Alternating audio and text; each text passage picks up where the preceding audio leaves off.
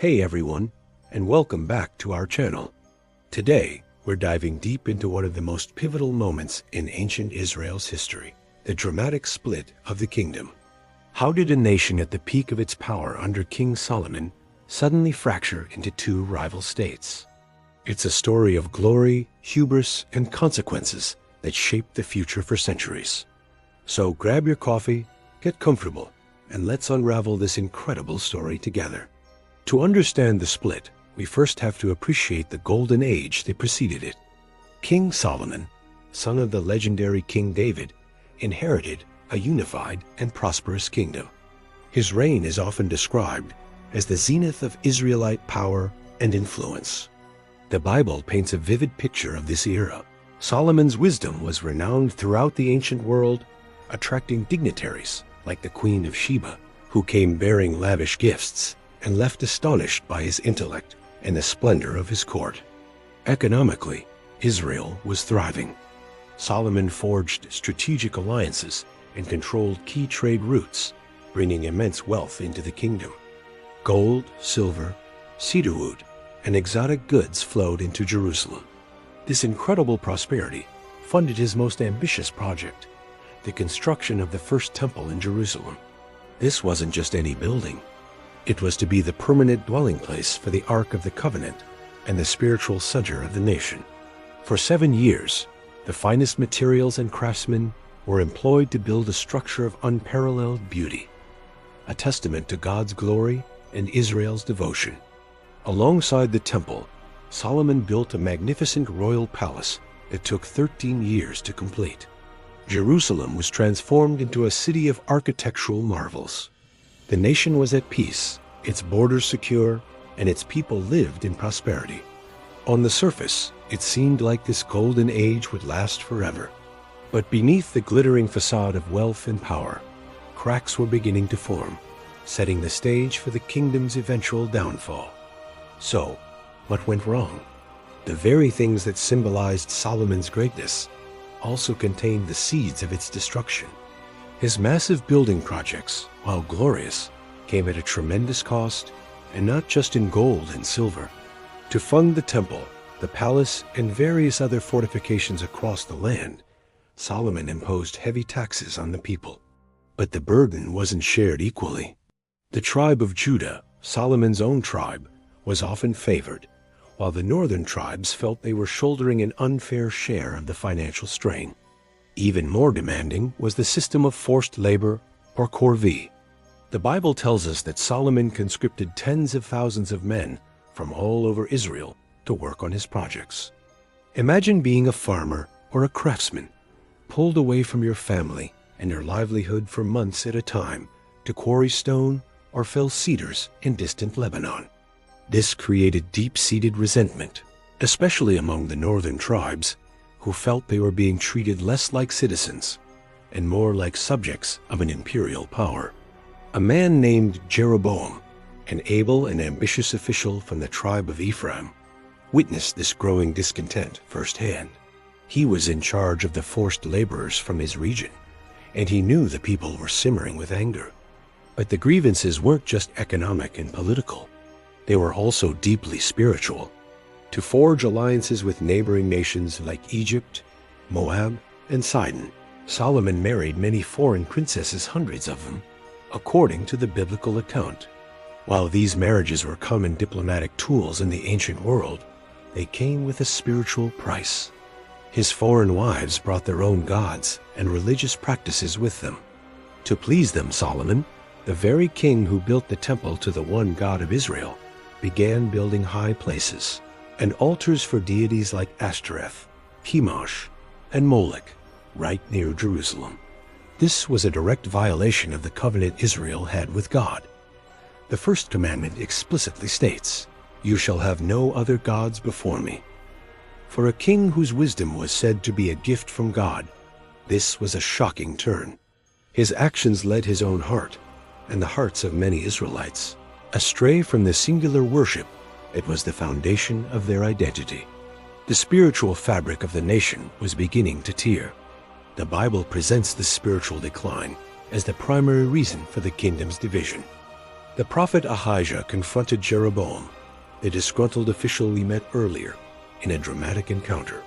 Ahijah took a new cloak, tore it into 12 pieces, and gave 10 of them to Jeroboam. He prophesied that God was going to tear the kingdom from Solomon's hand because of his idolatry. However, for the sake of David, Solomon's father, God would not do it in Solomon's lifetime. He would leave one tribe, Judah, for Solomon's son to rule, preserving the Davidic line in Jerusalem. But 10 tribes would be given to Jeroboam. This prophecy essentially gave divine sanction to the rebellion that was brewing. Upon hearing of this prophecy, Solomon sought to kill Jeroboam, who then fled to Egypt for safety, biding his time. He waited for Solomon's death, knowing his moment would come. The tension was palpable. The northern tribes were weary of the heavy taxes and forced labor, and the spiritual foundation of the kingdom was compromised. All it would take was one final push to shatter the united monarchy, and that push came with the death of King Solomon. After a 40-year reign of unparalleled splendor and critical mistakes, the king died and was buried in the city of David. With Solomon gone, his son Rehoboam traveled to Shechem, a historically significant city in the northern territories, to be crowned king over all of Israel. This was his chance to heal the wounds and unify the nation. The northern tribes, led by the now returned Jeroboam, came to Rehoboam with a simple, reasonable request. Your father made our yoke heavy. Now therefore lighten the harsh service of your father and his heavy yoke on us, and we will serve you. It was a critical moment, a crossroads for the future of the kingdom. Rehoboam was faced with a choice. He first consulted the old, wise elders who had advised his father Solomon.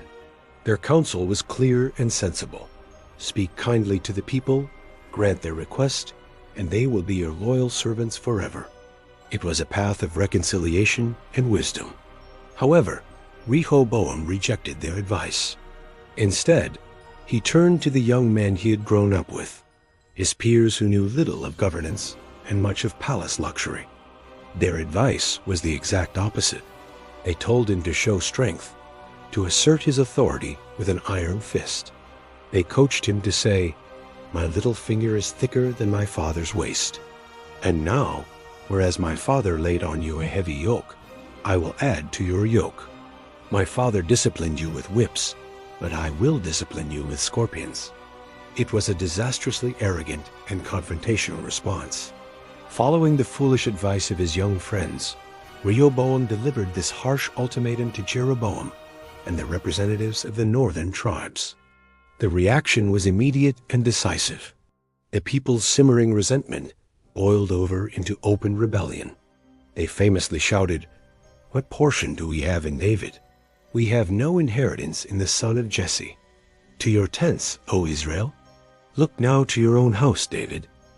With those words, the 10 northern tribes seceded. They rejected Rehoboam and the house of David and proclaimed Jeroboam as their king. The united kingdom of Israel was no more. It had split into 2 rival kingdoms. The northern kingdom, comprising 10 tribes, retained the name Israel, with its capital eventually established in Samaria.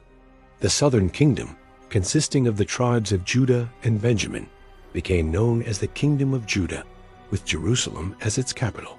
The line of David continued to rule in Judah, but only over a fraction of the former glorious empire. This division was a tragic turning point. The 2 kingdoms would spend much of their subsequent history in conflict with one another, weakening them and making them vulnerable to the great empires of the age, Assyria and Babylon.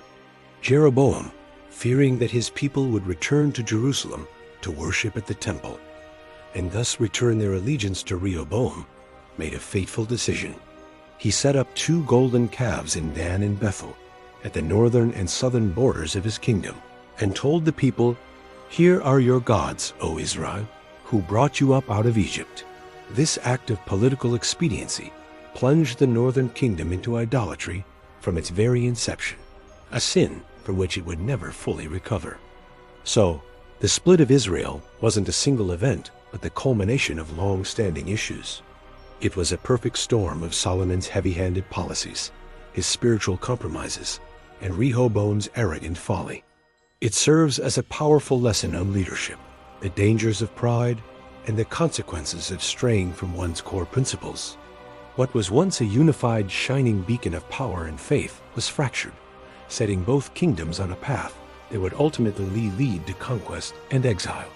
Thanks so much for joining me on this journey through history. If you found this interesting, please hit that like button, and don't forget to subscribe for more deep dives into these incredible stories. Let me know in the comments what you think was the biggest factor in the split. I'd love to hear your thoughts. Until next time, stay curious.